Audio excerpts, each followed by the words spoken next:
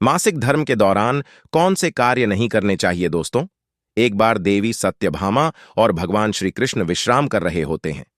तभी देवी सत्यभामा भगवान कृष्ण से पूछती हैं, हे प्रभु, आज मेरे मन में एक शंका उत्पन्न हो रही है। केवल आप ही मेरी इस शंका का समाधान कर सकते हैं।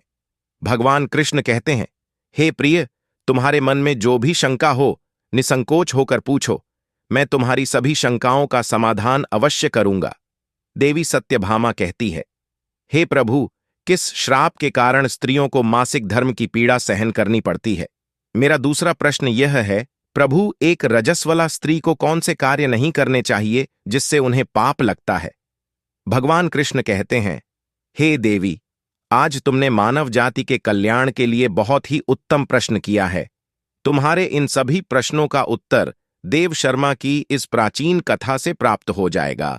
इस महान कथा का श्रवण करने मात्र से ही समस्त पापों का नाश होता है। जो भी पति पत्नी इस कथा को ध्यानपूर्वक सुनते हैं, उन्हें सौभाग्य की प्राप्ति होती है। इसीलिए हे देवी, आप भी इस कथा को ध्यानपूर्वक सुनिए। देवी सत्यभामा कहती हैं, हे प्रभु, यह देव शर्मा कौन थे? उनका आचार विचार कैसा था? मैं इस कथा को अवश्य सुनना चाहती हूं। कृपया आप इस कथा को मुझसे कहिए, मैं इसे ध्यानपूर्वक पूरा अवश्य सुनूंगी। भगवान कृष्ण कहते हैं, हे देवी, पूर्व काल की बात है। मध्य देश में एक अत्यंत शोभायमान नगरी थी। उस नगरी में देव शर्मा नाम के ब्राह्मण रहा करते थे। देव शर्मा को समस्त शास्त्रों और वेदों का ज्ञान था।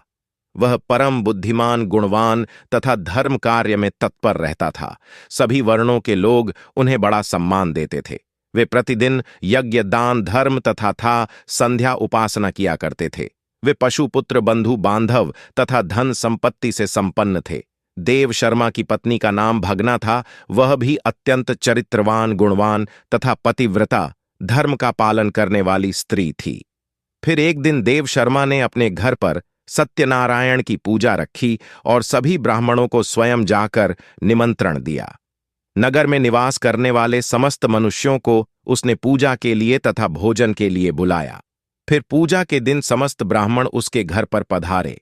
देव शर्मा ने सभी ब्राह्मणों का विधिपूर्वक पूजन किया और उनका आदर सत्कार किया। फिर उसने सभी ब्राह्मणों को घर के अंदर बुलाया और सुंदर आसन देकर उन्हें बिठाकर मीठा भोजन कराया। ब्राह्मणों को भोजन कराने के बाद उसने भगवान का स्मरण करते हुए सभी को वस्त्र आदि का दान करके विदा किया। वे सभी ब्राह्मण देव शर्मा को आशीर्वाद देकर वहां से चले गए। उसके बाद उसने अपने परिवार, बंधु बांधव तथा अनेक दीन और भूखे लोगों को भोजन कराया। इस प्रकार से सभी को भोजन कराकर और पूजा संपन्न करके जब वह ब्राह्मण अपने घर के द्वार के सामने खड़ा रहा, तब उसने देखा कि उसके घर के सामने एक कुतिया और बैल बात कर रहे थे। उस ब्राह्मण ने उस कुतिया और बैल की पूरी बात सुनी तो उसे बड़ा आश्चर्य हुआ। वह कुतिया और बैल उसके माता पिता ही थे, जो पिछले जन्म के पाप के कारण इस जन्म में कुतिया और बैल बन गए थे। तब वह ब्राह्मण मन ही मन सोचने लगा, यह दोनों तो साक्षात मेरे माता पिता ही हैं, जो मेरे घर पर पशु बनकर आए हैं। किस कारण से इन दोनों को प्राणियों का शरीर प्राप्त हुआ? अब इनके उद्धार के लिए मैं क्या करूं? इस प्रकार विचार करते हुए उस ब्राह्मण को रात भर नींद नहीं आई और वह रात भर भगवान का स्मरण करते हुए सोच विचार करने लगा। उसने सोचा, मेरे माता पिता की मुक्ति का उपाय केवल मुनि वशिष्ठ जी ही बता सकते हैं। इसीलिए सुबह होते ही देव शर्मा स्नान आदि कार्य संपन्न करके मुनि वशिष्ठ जी के आश्रम पर पहुंच गया। आश्रम पर आते ही मुनि वशिष्ठ जी ने देव शर्मा का स्वागत किया। वशिष्ठ जी कहने लगे, हे ब्राह्मण श्रेष्ठ, आज किस कारण से आपका हमारे आश्रम में आगमन हुआ है? आप दुखी दिखाई पड़ते हो। आपके दुख का क्या कारण है? बताओ। देव शर्मा कहता है, हे मुनिवर, आपको प्रणाम है। आपके दर्शन से आज मेरा जन्म सफल हुआ है। हे मुनीश्वर, आज मैं आपके पास एक शंका लेकर आया हूं।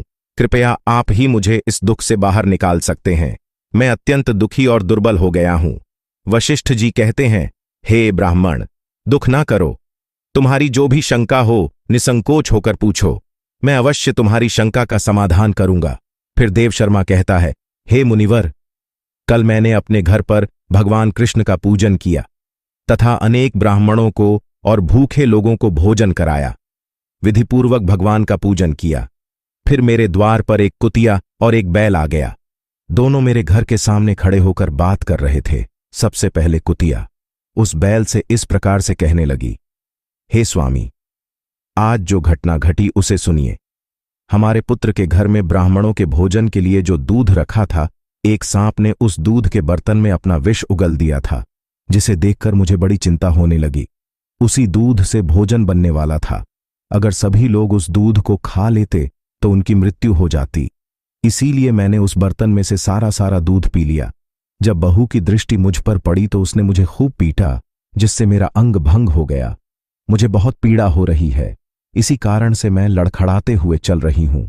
मुझे यह पीड़ा सहन नहीं हो रही है। कुतिया की बात सुनकर वह बैल बहुत दुखी हुआ और वह खुद का वृतांत सुनाने लगा। हे प्रिय, अब मैं तुम्हें मेरे दुख का कारण सुनाता हूं। मैं पूर्व जन्म में इस ब्राह्मण का पिता था।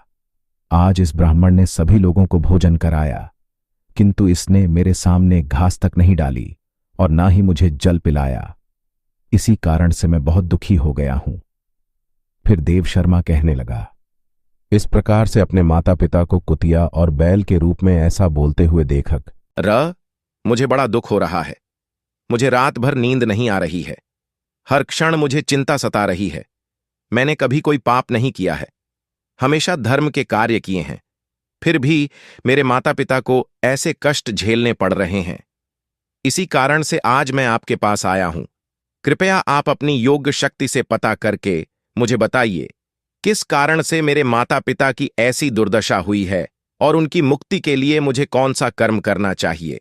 फिर गुरु वशिष्ठ ध्यान लगाते हैं और उस ब्राह्मण के माता पिता के पूर्व जन्म के कर्मों को देखते हैं और देव शर्मा से कहने लगते हैं, हे ब्राह्मण, तुम्हारे माता पिता ने पिछले जन्म में घोर पाप किया है। उसी पाप के कारण आज उनकी ऐसी दुर्दशा हुई है। देव शर्मा कहता है, हे गुरुदेव, किस पाप के कारण मेरे माता पिता की दुर्दशा हुई है?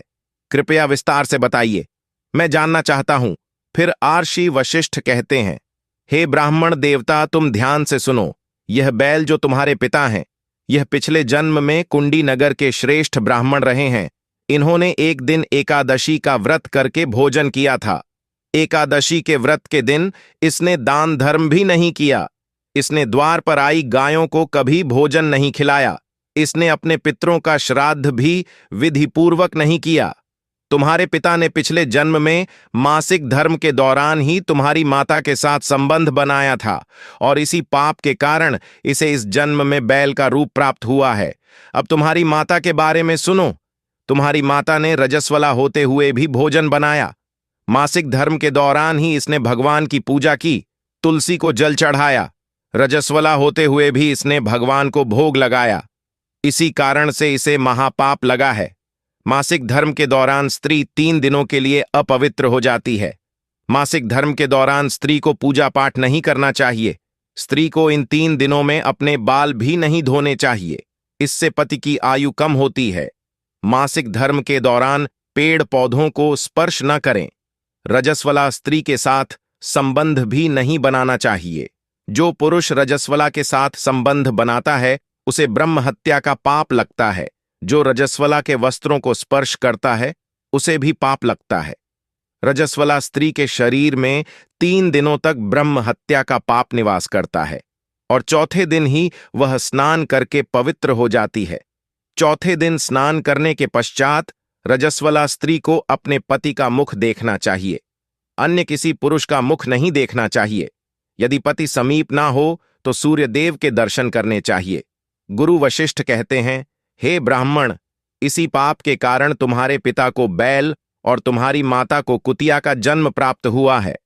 देव शर्मा कहता है, हे मुनीश्वर, अब आप मुझे मेरे माता पिता की मुक्ति के लिए उपाय बताइए। वशिष्ठ जी कहते हैं, हे ब्राह्मण, तुम किसी भी अमावस्या के दिन अपने माता पिता की मुक्ति के लिए श्राद्ध तथा तर्पण करो और दान धर्म करो, गाय की सेवा करो और गौ माता को मिष्ठान्न खिलाओ और अपने माता पिता की मुक्ति के लिए भगवान से प्रार्थना करो।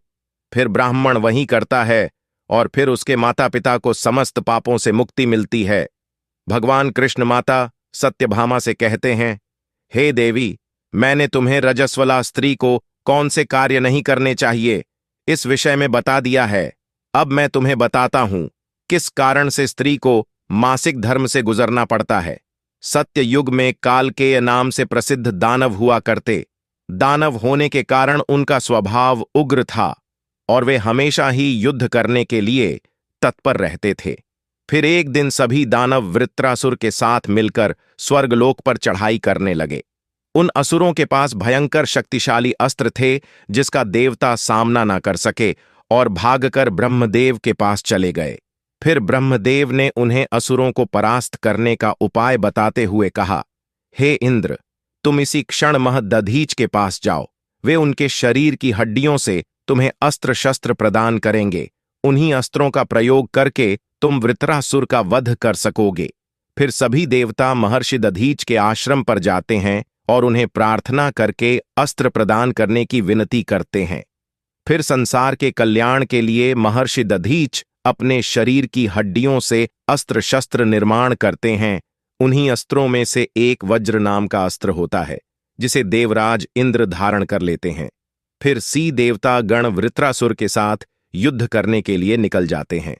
देवताओं और दानवों के बीच भीषण युद्ध होता है।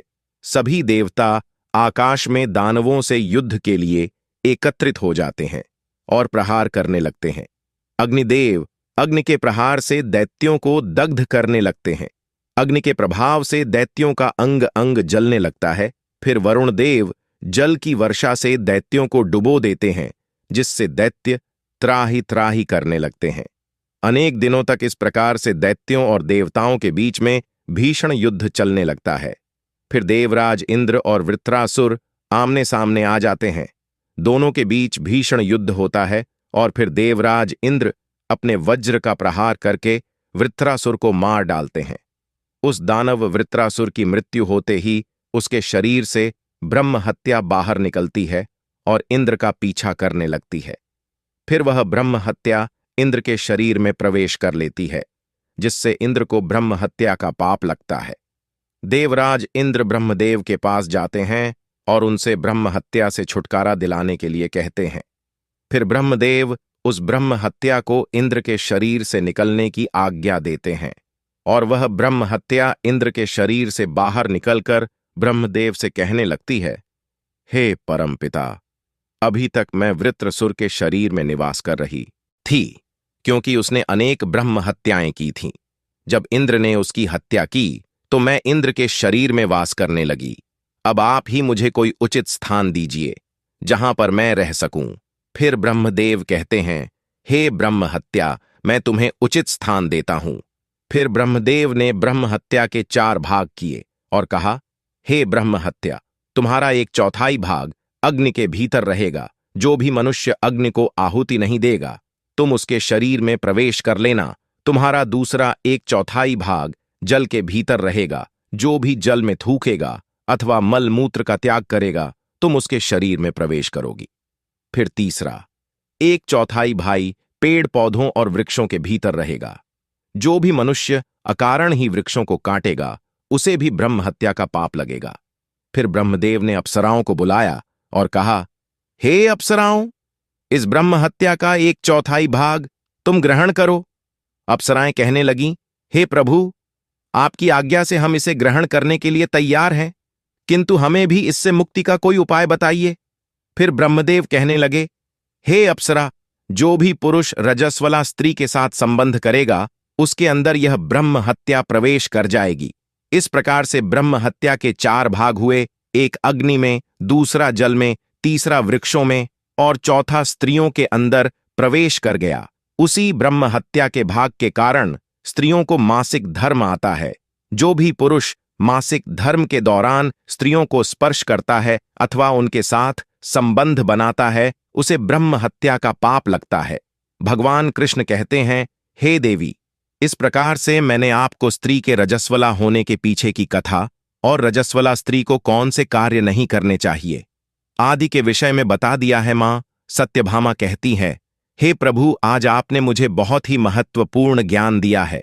मैं भी आपको वचन देती हूं, जो भी स्त्री मासिक धर्म के दौरान पूजा पाठ करेगी, पति के साथ संबंध रखेगी, उसके घर में मैं प्रवेश नहीं करूंगी।